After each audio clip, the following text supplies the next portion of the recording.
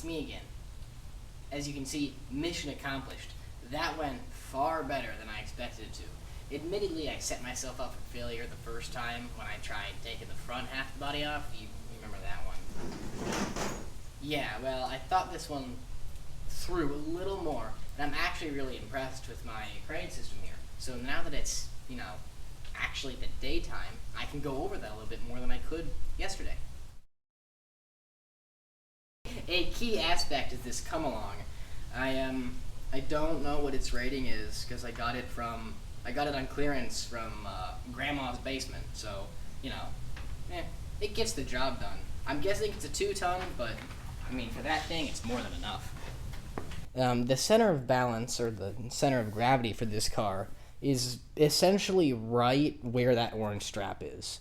It's actually a little further back, I want to say at the start of the rear hatch, but with all the ropes fighting against each other, it equalizes itself. I've also just got some ratchet straps around the rafters, which admittedly have come undone and I need to redo, but that's who cares, that's fine.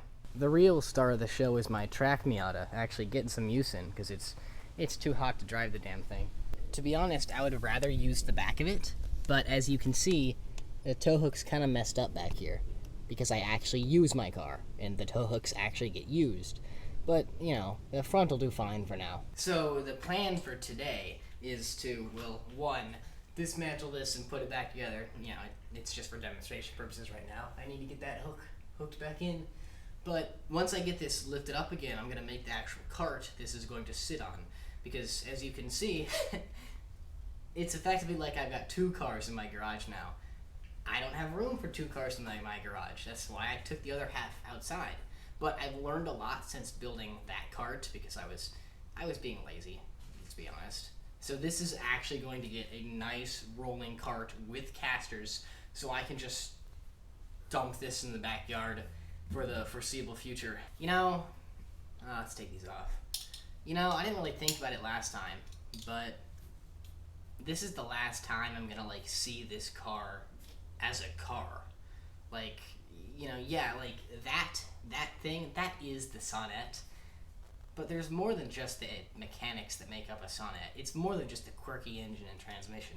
It's also the silhouette, the mismatched fiberglass body from the V4s, and then the Mark IIIs getting the new nose. This, if you ask me, this is the real character of the Sonett. And it didn't even occur to me that I just took it off last night. I'm not going to see this thing as a car for, the foreseeable future. I'm going to guess a year. I didn't realize how sad that would be. There's no turning back now. I could always put it back together, but, then this would all be for nothing.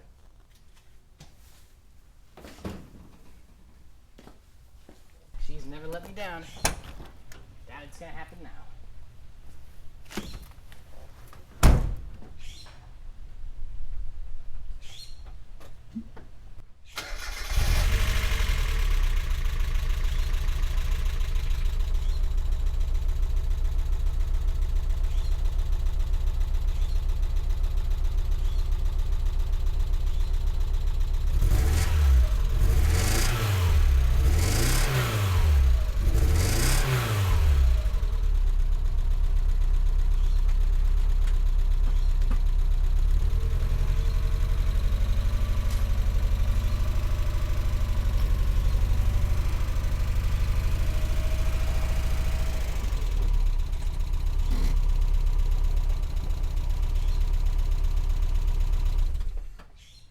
Well, here it is.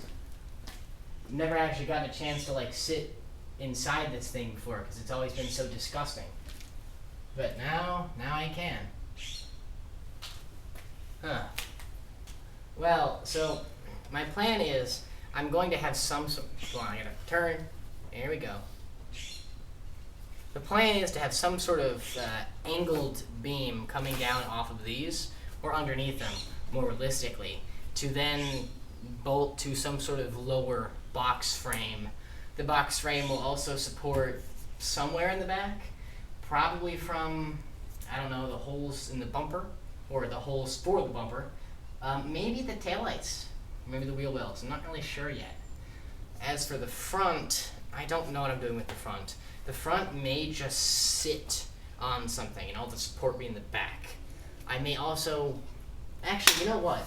There's holes at the bottom of the, what is this technically? Well, whatever this is, there's holes at the bottom of it.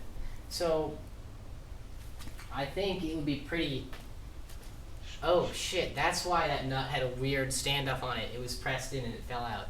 Ew. Anyway, if I use the attachment points here, one at the back, and I build a mount that'll bolt to the inside of this, I think I can have a pretty decently sturdy, I don't know, it's not going to be the same type of multi-directional cart like the last one was. If you ignore the swinging, this is probably the easiest way to film the inside of a Sonett 3.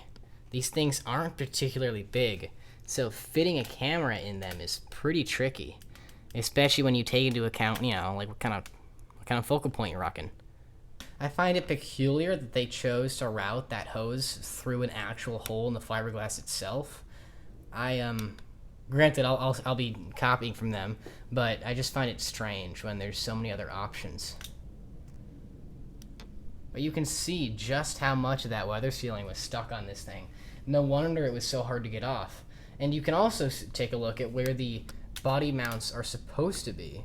I mean, they're obviously sheared off, just like every other location on my car, but I mean, it's at least a good metric for where they're supposed to be. There's a few other aspects of this body I think it's really interesting to touch on.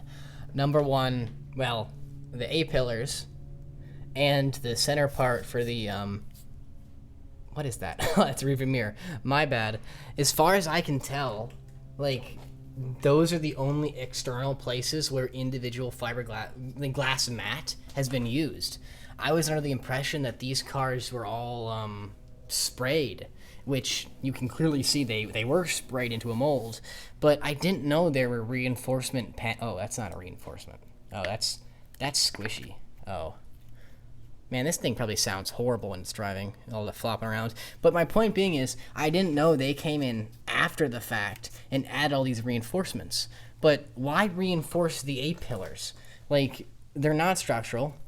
Well, I mean, they are structural, but not in a crash. Why reinforce the center? What is that? What's that gonna do? And then why reinforce this thing, the vent for the, you know, the quarter vents? Why reinforce that, but not the actual, like, gas cap mount? Why not reinforce the places where it bolts to the bumper?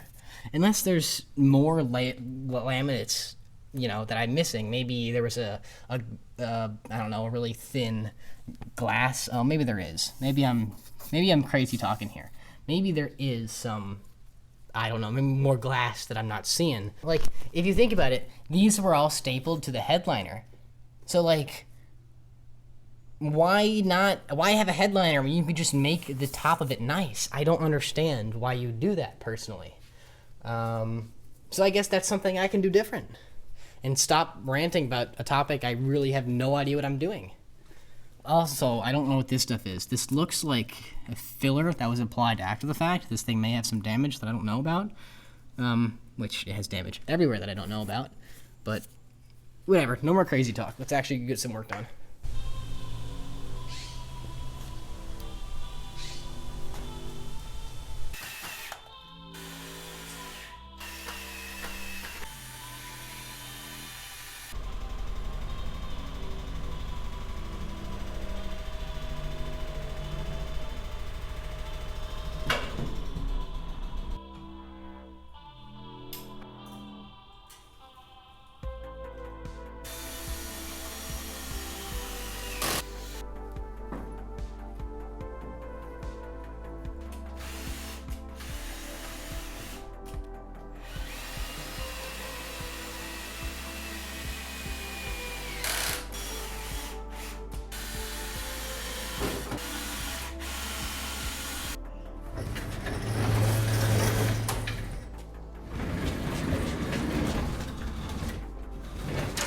There it is.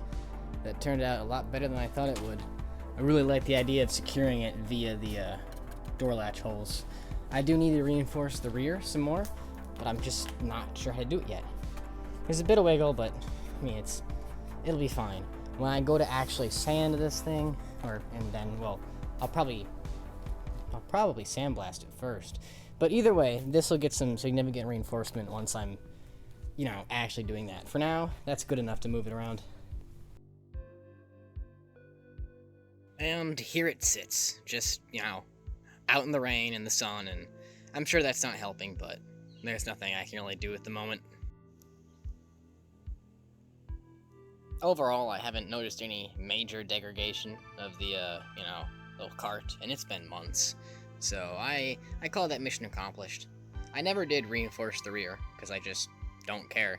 And the overall strength of the fiberglass has really impressed me.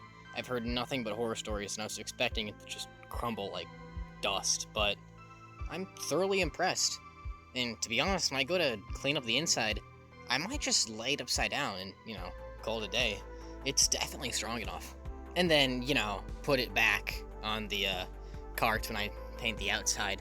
But that is a problem for, well, not right now. I'm not sure when it's going to be a problem, because I've got so much other work to do in the meantime. But, whatever, I guess. Until next time, peace.